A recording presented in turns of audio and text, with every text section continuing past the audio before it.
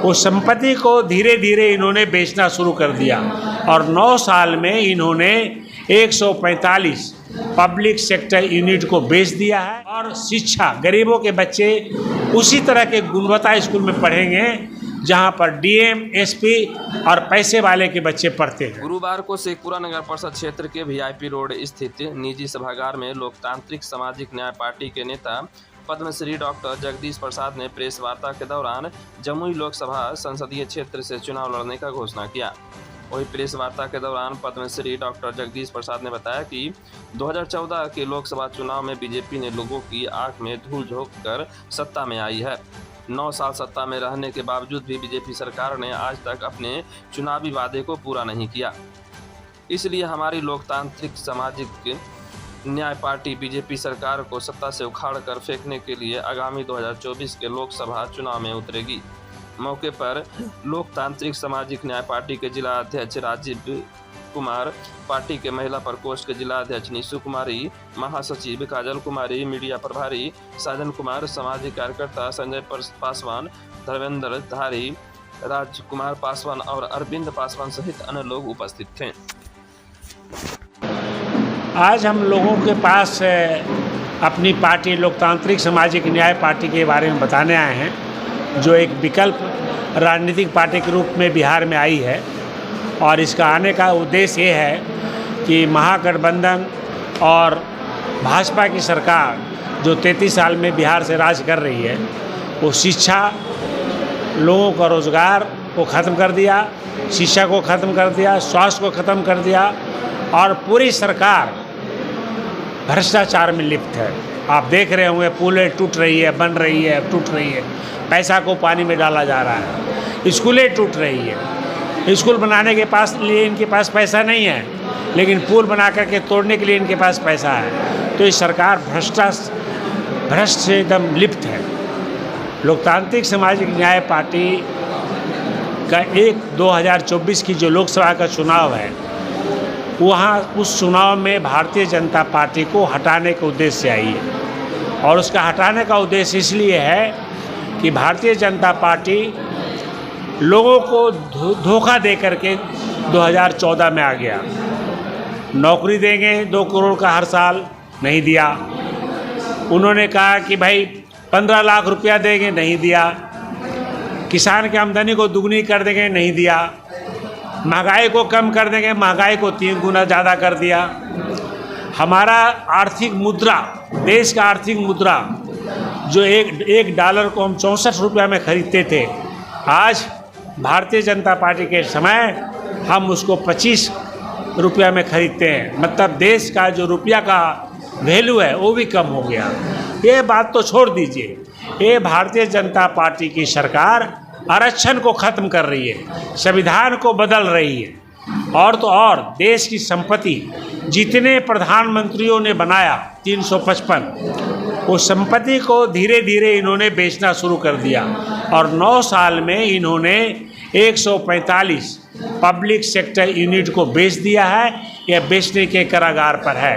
आप ले लीजिए, ट्रेन ले लीजिए, प्लेन ले लीजिए, कोयला खान ले लीजिए, बीएचई ले लीजिए, भारत इलेक्ट्रिफिकेशन ले लीजिए, पेट्रोकेमिकल कॉरपोरेशन ले लीजिए, रूरल इलेक्ट्रिफिकेशन ले लीजिए, आपको कितना गिनाऊं। और अभी बेचने के कारागार में है। अब इन्होंने अभी क्या किया है कि रेलवे के बगल में जो कॉलोनियाँ हैं और जो ज़मीनें हैं, उस ज़मीनों को भी बेचने की कोशिश कर रहे हैं। तो भारतीय जनता पार्टी अगर देश से नहीं गई तो गरीबी तो हो ही रहा है, अमीर अमीर हो जाएगा और पूरे देश से आरक्षण खत्म हो जाएगा। आगे 24 में क्या आपकी रहेगा? क्या बोल? आगे 24 में क्या रहेगा? राजनीतिक हमारी यही है कि अगर ये पार्टी हमारी आई, संविधान के साथ किसी को छेड़छाड़ करने नहीं दूंगा, आरक्षण को किसी को छूने नहीं दूंगा, सरकार को किसी भी संपत्ति को नहीं बेचने दूंगा, महंगाई कम हो जाएगी। और हमारा ये सबसे बड़ा गारंटी ये है कि हर परिवार से एक बच्चे को हम नौकरी देंगे ताकि उस परिवार का दशा सुधर जाए। और शिक्षा, गरीबों के बच्चे उसी तरह के गुणवत्ता स्कूल में पढ़ेंगे जहाँ पर डीएम, एसपी और पैसे वाले के बच्चे पढ़ते हैं। और स्वास्थ्य की सेवा में बिल्कुल हम मुफ्त करेंगे पूरे बिहार में, चाहे वो किसी की बीमारी हो। क्योंकि मैं आपको बता देना चाहता हूँ कि मैं जब भारत सरकार में डायरेक्टर जनरल था तो सफदरजंग अस्पताल में आज हार्ट सर्जरी मुफ्त होती है। तो अगर सरकार सोचे तो गरीबों की स्वास्थ्य सेवा भी बिहार में क्या पूरे देश में मुफ्त हो सकती है, लेकिन सरकार की ऐसी सोच नहीं है गरीबों के लिए। तो हमारी ये भी रहेगी कि स्वास्थ्य सेवा बिल्कुल मुफ्त होगी और सरकार बिल्कुल भ्रष्टाचार से काफ़ी दूर रहेगा। प्रधानमंत्री देश से ज़्यादा विदेशों में घूमते हैं। वो तो आप उनके बारे में तो क्या बोलूं, वो तो उनका तो पूरा देश मर रहा है कोविड से, और उन्होंने 25,000 करोड़ रुपया का पार्लियामेंट नए संसद बनाए। पूरे देश परेशान था। सेकंड वेव में पूरा देश परेशान था। वो वेस्ट बंगाल के इलेक्शन में घूम रहे थे। आप देख रहे हैं मणिपुर में लोग मर रहे हैं, इतने लोग मर रहे हैं। उनके पास समय है मध्य प्रदेश में जाने का, लेकिन इतना समय नहीं है कि वो 2 शब्द बोल सकें जो लोग मर गए, या 2 शब्द ये बोल दें कि भाई आप लोग शांति बनाइए। तो अब मैं उनके बारे में मैं कोई कमेंट नहीं करना चाहता, लेकिन बहुत दुख होता है कि हमारे देश के प्रधानमंत्री आज हमारे देश में मणिपुर में इस तरह का हिंसक हो रहा है और हमारे देश के प्रधानमंत्री जी नहीं बोल रहे हैं, उनके बारे में कंसर्न नहीं है। क्योंकि अमित शाह जी गए थे लेकिन उससे हिंसक नहीं रुका, तो उनके बारे में क्या बोलूँ। उड़ीसा के बालासोर में जो घटना है किसकी हाथ है, क्या कारण उड़ीसा बालासोर की घटना हो रही है? देखिए, वो तो घटना मैं नहीं जानता, लेकिन आपको एक बता दूं कि घटना तो क्या कारण हुआ है तो जांच से ही पता चलेगा।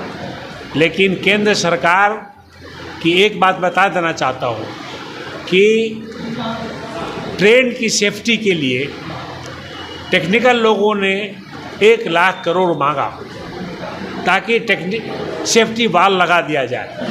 उससे कोई भी ट्रेन अपने आप रुक सकता था। उसके लिए इन्होंने सिर्फ 5,000 करोड़ दिया, जबकि 11 लाख करोड़ रुपया इन्होंने कंपनियों को माफ़ कर दिया। और इतनी जनता डेली प्रतिदिन 2 करोड़ जनता हमारे ट्रेन से सफ़र करती है, उनका बारे में चिंता न करके इन्होंने 11 लाख करोड़ रुपया दे दिया। और सिर्फ 1 लाख करोड़ अगर वो सेफ्टी में दे देते, सेफ्टी वाल्व जो लग जाता, तो कोई भी यहाँ घटना नहीं घटती। आज तक ऐसा घटना किसी भी देश में, किसी भी दुनिया का किसी देश में ऐसा कोई घटना नहीं घटता। क्योंकि एक तरफ आज टेक्नोलॉजी ऐसा डेवलप कर गया है कि अगर वो सेफ्टी वाल्व होता तो ट्रेन अपने आप 500 किलोमीटर की दूरी पर अपने आप रुक जाता। मैं डॉक्टर जगदीश प्रसाद हूँ। मैं हृदय शल्य चिकित्सक हूँ और भारत सरकार में मैं कॉलेज का प्रिंसिपल और डायरेक्टर रहा और भारत सरकार का director general of health service रहा। और मुझे 91 में हार्ट सर्जरी के लिए भारत सरकार ने पद्म श्री से नवाला था।